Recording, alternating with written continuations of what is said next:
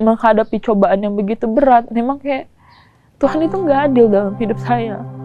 Merenggut semuanya, keluarga, kehidupan yang harmonis, bahkan masa depan saya, cita-cita saya. Orang tua saya bercerai dari usia saya 10 tahun. Di situ ayah saya terserang stroke dan tiba-tiba saya menjadi tulang punggung keluarga. Dan saya yang pergi bekerja dari pagi sampai malam. Dalam satu hari itu saya bisa mengerjakan 3, 4, hingga 5 pekerjaan. Paginya saya bisa mengirim koran. Setelah mengirim koran saya berdagang asongan di lampu merah dan mencuci piring di warteg atau di rumah-rumah makan.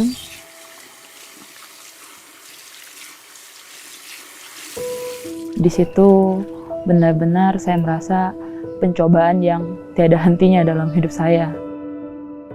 Dan ada satu titik di mana saya tuh merasa dunia saya tuh benar-benar hancur banget. Ada satu malam di mana saya pulang, larut malam, saya diperkosa oleh 5 orang laki-laki di waktu bersamaan. Di situ saya merasa dunia saya itu runtuh banget. Saya udah berusaha melawan, tapi nggak berdaya untuk melawan 5 orang parubaya, lelaki, dewasa gitu kan. Disamar-samar ketika antara sadar dan tidak gitu. Saya mendengar mereka melakukan transaksi narkoba. Di situ saya benar-benar sangat merasa tidak berdaya. Saya sudah sangat marah dan sangat kecewa dengan kehidupan ini. Jadi saya sempat terpingsan dan saya terbangun jam-jam subuh gitu kan.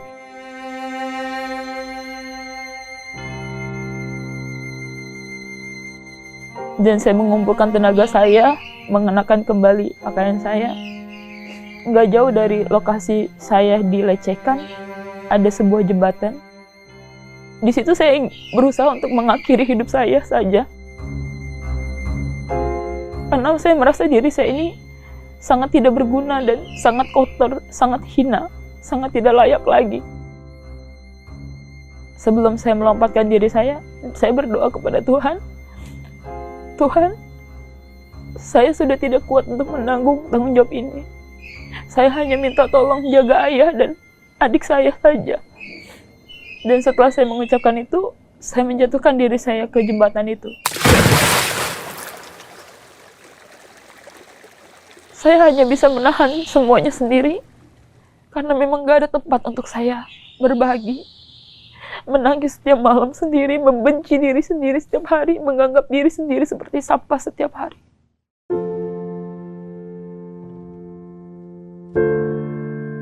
Di situ saya mulai masuk ke pergaulan yang gak benar.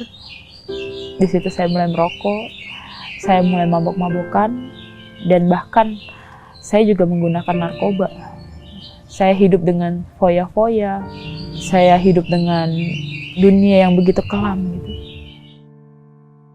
Dan tanpa saya sadari, saya malah terlena di dalam dunia itu. Dan setiap kali saya menjauhkan diri saya sama Tuhan, pasti ada aja dorongan untuk saya kembali sama Tuhan. Seperti yang saya mengalami benar-benar tersusun kembali puzzle-puzzle saya. Itu ketika saya bertemu dengan salah satu orang yang melecehkan saya di usia 13 itu.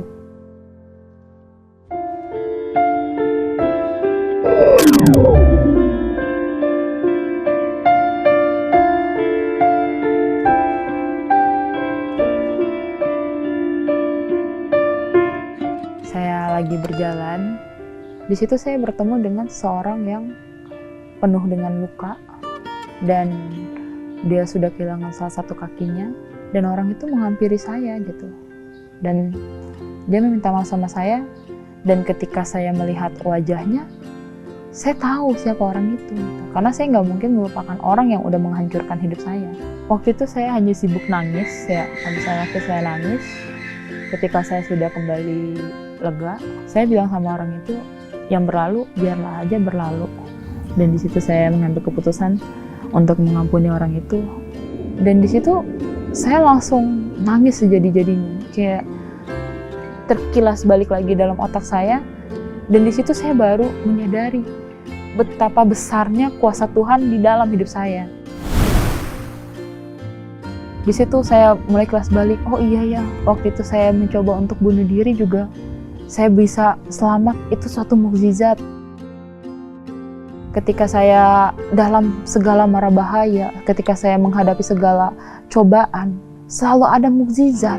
Kemana saya selama ini? Kenapa saya begitu buta untuk melihat betapa baiknya Tuhan? Kenapa saya harus kecewa oleh manusia gitu? Kan jelas-jelas saya ini punya Tuhan untuk saya bersandar. Kenapa saya harus bersandar sama manusia? Di situ saya langsung terbuka mata saya. Di situ saya minta ampun kepada Tuhan. Dan ketika saya dalam kondisi seperti itu, saya seolah-olah saya dipeluk. Pelukan yang begitu hangat, seperti seorang bapak memeluk anaknya, begitu hangat, begitu damai yang saya rasakan. Semua itu udah jadi masa lalu, udah gitu. Saya bahkan udah nggak kayak dulu lagi. Dulu kan saya insecure, nggak pede dan sebagainya. Bahkan sekarang saya udah penuh dengan percaya diri. Saya sudah bahagia ibaratnya. Dan saya nggak merasa malu dengan masa lalu saya. Karena dari masa lalu itu saya belajar banyak. Saya benar-benar membuka mata saya kalau Tuhan itu benar-benar ada. Kasih Tuhan itu ada. Dan penyertaan Tuhan dalam hidup setiap kita itu memang berbeda-beda, tapi Tuhan itu nggak pernah meninggalkan kita sendirian. Bahkan tanpa kita meminta, Tuhan tahu apa yang harus Dia berikan kepada kita. Jangan pernah takut, jangan pernah lelah. Memang pertolongan Tuhan itu nggak datang lebih awal, tapi akan tepat pada waktunya dan akan indah pada waktunya. Itu aja sih.